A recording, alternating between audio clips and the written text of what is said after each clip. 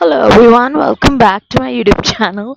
As you can tell with my groggy voice, it's really early in the morning, but I got some really good views on my last beer vlog, and I thought, what if I did like resumed vlogging, even like my regular Amritsar life. Just wanted to see how that would do. So I'm here, it's a Monday. I'm gonna start my day with like a walk here. I told myself I'll go to the gym, but I don't have the energy for that right now. I started a new job last week. It was so much information overload, and yeah, it's gonna be a tough thing to get accustomed to once again. There's a dog here, but I'm going to try my best. Yeah, I hope you enjoy like a regular week in my life type of vlog. And yeah, let's go. Okay, so I was finally able to finish that embroidery I had been working on, and I loved it. I think I got a chance and a lot of square footage to show my creativity. I did like this dragonfly, some flowers on the border, and also on my baju. So just went ahead and flaunted it then at Starbucks, where I also got some work did and made a reel out of it. I love this hobby, by the way. And by that, I don't just mean embroidery, like any kind of creative self expression, even if it's doing a little art while watching Pakistani dramas with mom, which have been a current obsession because Bollywood clearly sucks. I went to watch the new Aishman movie. The theater was really comfy, but the movie was boring. Alright, it's finally Friday. I'm so happy. I'm at a Starbucks, which I've started trying to work alternate days instead of every day so that I don't drain my wallet. But yeah, I have been getting into better speed and shape with this new job in the sense that I'm starting to understand what I have to do. And so kudos to everyone who's doing a corporate job, by the way. I feel with this glitz and promise of how entrepreneurship or a career in content creation could drastically change your life. I feel that that narrative has made corporate tech or any type of 9 to 5 feel like ये तो बेकार काम है या बहुत easy है या it's not something commendable, but it is. After coming off of a sabbatical, I feel this is pretty difficult, and anyone who's doing it, kudos to you. And we are supposed to be proud of ourselves just as much as boomer audience thinks these jobs are cool. I think we need to bring back that narrative. I am going to start my day with reading this book. Someone said that if you read books from your childhood, it brings back the whimsy in your life.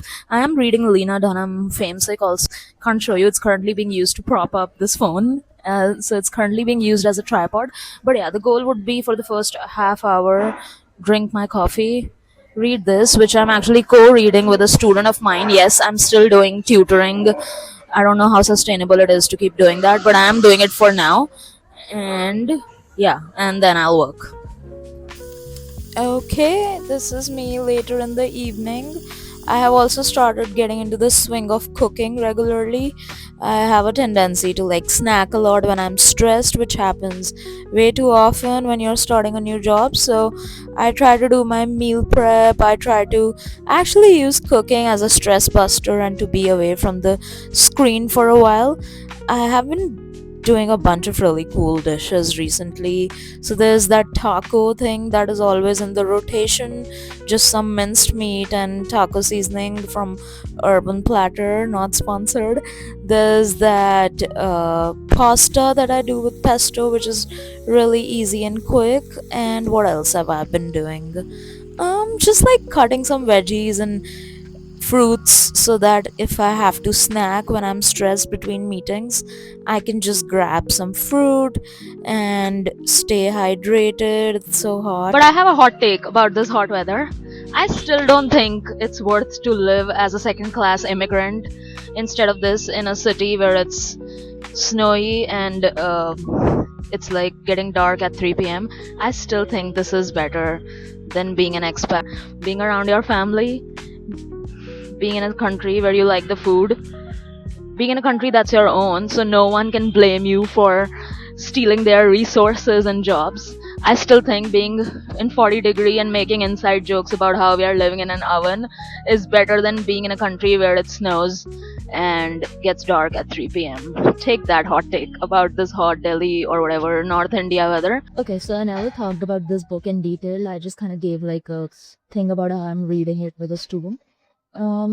It's called The Mystery of Spiteful Letters. It's basically about five kids who are trying to solve a mystery of anonymous letters the poor Gladys, who's their housemate, has been getting, and they are basically trying to find out who did it.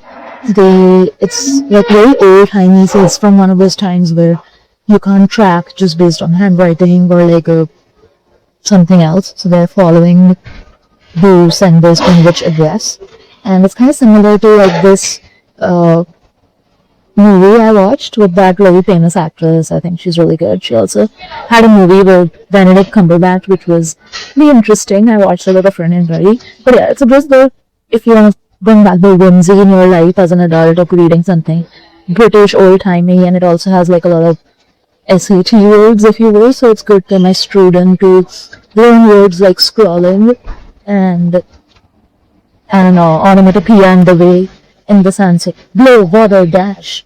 So all the bases get covered in this book in the sense of me trying to teach someone English. There's a lot of figurative language, and for like my personal benefit, it's just a good reminder of times when my mom used to take me to Scholastic Book Fair and buy me anything that I wanted, that any bulletin.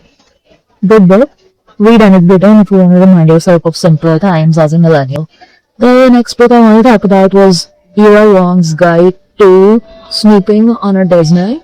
Um, Basically like an Asian boomer lady, or trying to befriend millennials or Gen Z, I guess, Gen Alpha, and being cool like them. It's fun. It's a mystery. It gets dark towards the end, but it is funny. So there's that. It was a good way to step back into reading again, and it was a good way to just read something relaxing that is not too serious, but is also on the lines of who done it. So there is like plot to it in the sense that I'm waiting. What is the end?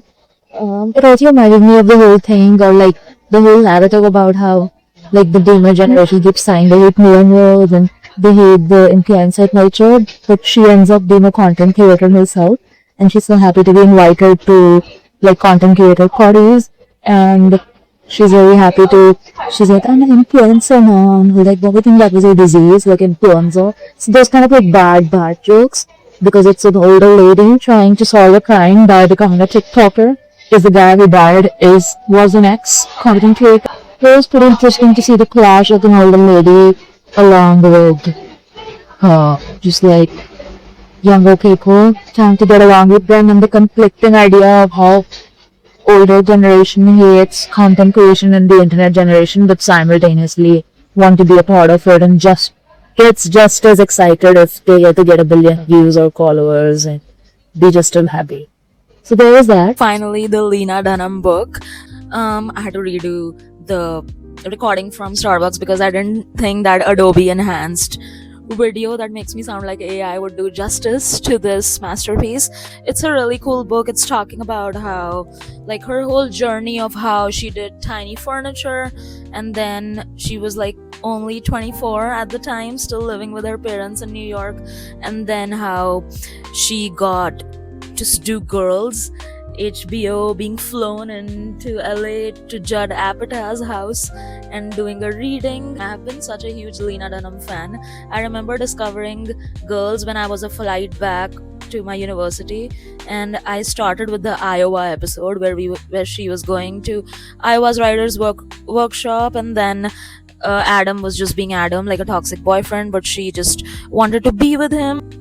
Character was actually based on a real person she was dating, someone with a cleft lip apparently. And yeah, the book is really cool. It also talks about how, like, her whole journey about how Adam Driver was not only playing the part of Adam, he was actually being Adam on sets. Like, he would throw a chair at her and call it method acting. I'm gonna start doing that. I'll just like do mean things around people and be like, oh, I was just method acting. I'm so excited to finish this book. It's one of those things where, like, someone who is hatred so strongly for their privilege but is genuinely talented, so you have to give them their flowers. That kind of a book. And for anyone who's an aspiring writer, especially a woman, I think this book is going to come in really handy, and it's just going to be a fun read of like a quirky, cute, privileged only child girl who navigates her way through Hollywood. And she's sex positive. The show is very, it's on HBO, so the show is very open about having those kind of talks and how she is received by the world. And yeah, I'm excited to finish this. With that, I'm gonna end this vlog. I'm gonna go to bed. It's gonna be another week starting tomorrow. I'm gonna start strong by going to the gym in the morning, which requires me to go to bed early. So yeah, hope you enjoyed this vlog. I am going to practice being good at this, looking at the right place, writing a better script. If nothing else, I'm just gonna use this as a hobby to have a side quest during my journey back into tech. I'll see you guys next time.